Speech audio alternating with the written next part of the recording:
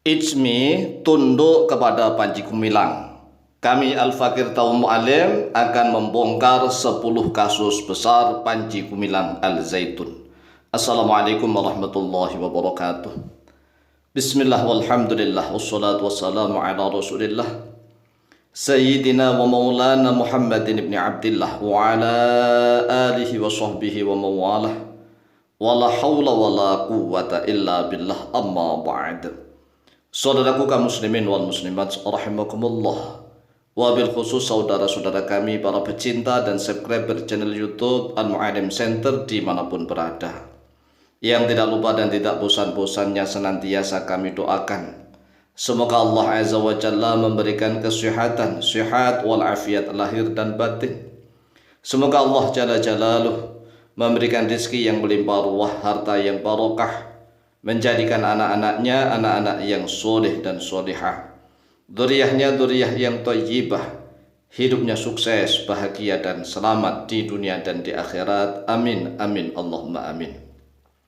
Saudaraku kaum muslimin wal muslimat rahimakumullah, baru-baru ini ada video menyebar tentang Ijmi Jawa Tengah yang membenarkan perkataan Panji Gumilang Al-Zaitun, tetapi hanya satu masalah, yaitu masalah makna al-fitru, makna al-fitri.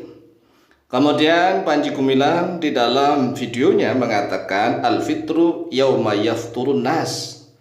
Fitri, hari fitri adalah hari makan-makan manusia. Sedangkan di dalam hadis riwayat Imam At-Tirmidzi dari Sayyidah Aisyah radhiyallahu anha disebutkan bahwa al-fitru yauma yuftirun nas, aftara yuftiru. Memang makna fatara ini ya bisa bermakna makan-makan, tetapi tidak hanya seperti itu. Mengapa? Karena di dalam Al-Qur'anul Karim Allah Azza wa Jalla menggunakan kata fatir. Allah fatirus samawati wal ard. Allah yang menciptakan langit dan bumi. Jadi makna fator, fitri, selain makan-makan, yaitu fitrah, juga bermakna penciptaan. Lah hanya berdasarkan satu kata ini saja, anggota Ijmi Jawa Tengah membenarkan Panji Gumilang. Dan kami tidak heran, mengapa? Siapa sih pendiri Ijmi? Ya, Ikatan Cendekiawan Muslim Indonesia. Bisa di googling nih.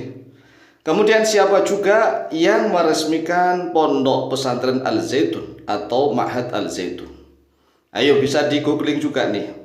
Pendiri Ijmi dan sekaligus yang meresmikan Pondok Pesantren Al-Zaitun Indramayu Jawa Barat. Oleh sebab itulah, agar kaum muslimin wal muslimat yang masih awam di Nusantara ini tidak bingung, mari kita bongkar 10 kasus besar Panji Gumilang Al-Zaitun. Yang pertama, sebagai pemerintah negara Kesatuan Republik Indonesia hendaklah menyelidiki, mengusut sumber dana Al-Zaitun, karena ini sumber dananya sangat banyak, sangat besar sekali. Lawang luas pondok pesantrennya saja, luas tanahnya saja 1.200 hektar. 1.200 hektar. Coba diketik di Google, satu kampung, satu desa itu berapa hektar? Satu desa nih, masing-masing desa di Indonesia. Desa Anda masing-masing ketik ya, berapa hektar luas desa Anda. Lah pondok pesantren Al-Zaitun itu 1.200 hektar, Masya Allah. Ini baru tanah, belum bangunan. Oleh sebab itu harus diusut tuntas sumber dananya. Ini kasus besar nih. Yang kedua, masalah keterlibatan Panji Gumilang Al-Zaitun dengan NII, Negara Islam Indonesia. Dah, kalau ini betul-betul terlibat, maka sumber dananya itu bisa terkait dengan NII. Ini yang harus benar-benar diselidiki dengan serius oleh pemerintah. Karena tidak boleh ada sistem pemerintahan yang berdiri di dalam NKRI. Artinya ada negara di dalam negara. Ini bahaya. Kemudian yang ketiga, yaitu kasus besar tentang agen Yahudi. Kita lihat di banyak video Panji Gumilang yang begitu fasih menyanyikan lagu orang-orang Yahudi. Bahkan banyak khutbahnya Panji Gumilang membela Israel yang notabene adalah Yahudi. Lah ini adalah sistem politik yang sangat luar biasa yang diperankan oleh Panji Gumilang. Satu pihak dia menampakkan keislaman, satu pihak ini menampakkan baju Islam, menampakkan Islami. Tetapi satu pihak dia membawa misi tertentu. Ini yang sulit diteliti oleh orang-orang awam. Kemudian yang keempat, terang-terangan Panji Gumilang menyebutkan madhab Bung Karno atau madhab Soekarno. Lah, siapapun yang mendirikan madhab asalkan sesuai muwafaqah dengan salah satu madhab empat, yaitu madhab Hanafi atau Maliki atau Syafi'i atau Hambali, maka mutabar kalau memang sesuai. Karena empat madhab ini sudah teruji tentang dalil-dalilnya, dalil istimbatnya.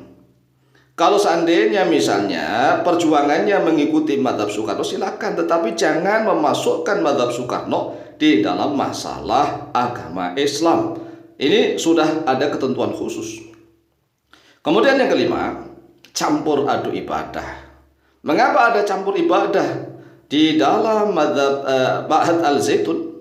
Karena itu tadi, satu sisi dia menampakkan keislaman, tetapi satu sisi dia juga membela orang-orang Israel, orang-orang Bani Israel yang notabene Yahudi. Sehingga akan terjadilah campur aduk ibadah di dalam Ma'had Al-Zaitun. Ini harus diselidiki. Kemudian yang keenam, wanita di soft depan. Lah, kita harus adil nih. Wanita di soft depan itu memang boleh hanya saja makruh dan ditakutkan fitnah begitu. Sholatnya sah-sah, jamaahnya sah-sah, tetapi tidak lazim yukhalifu sunnah, menyalahi sunnahnya Nabi Muhammad SAW, walaupun itu sah dan jamaahnya sah. Kemudian yang ketujuh, wanita khotib Jumat. Wanita khotib Jumat ini para ulama sepakat ijma kalau ini. Kalau wanita menjadi imam sholat, selain sholat Jumat dan selain khutbah Jumat, maka seluruh ulama mengatakan kalau sholat Jumat dan khutbah Jumat tidak boleh.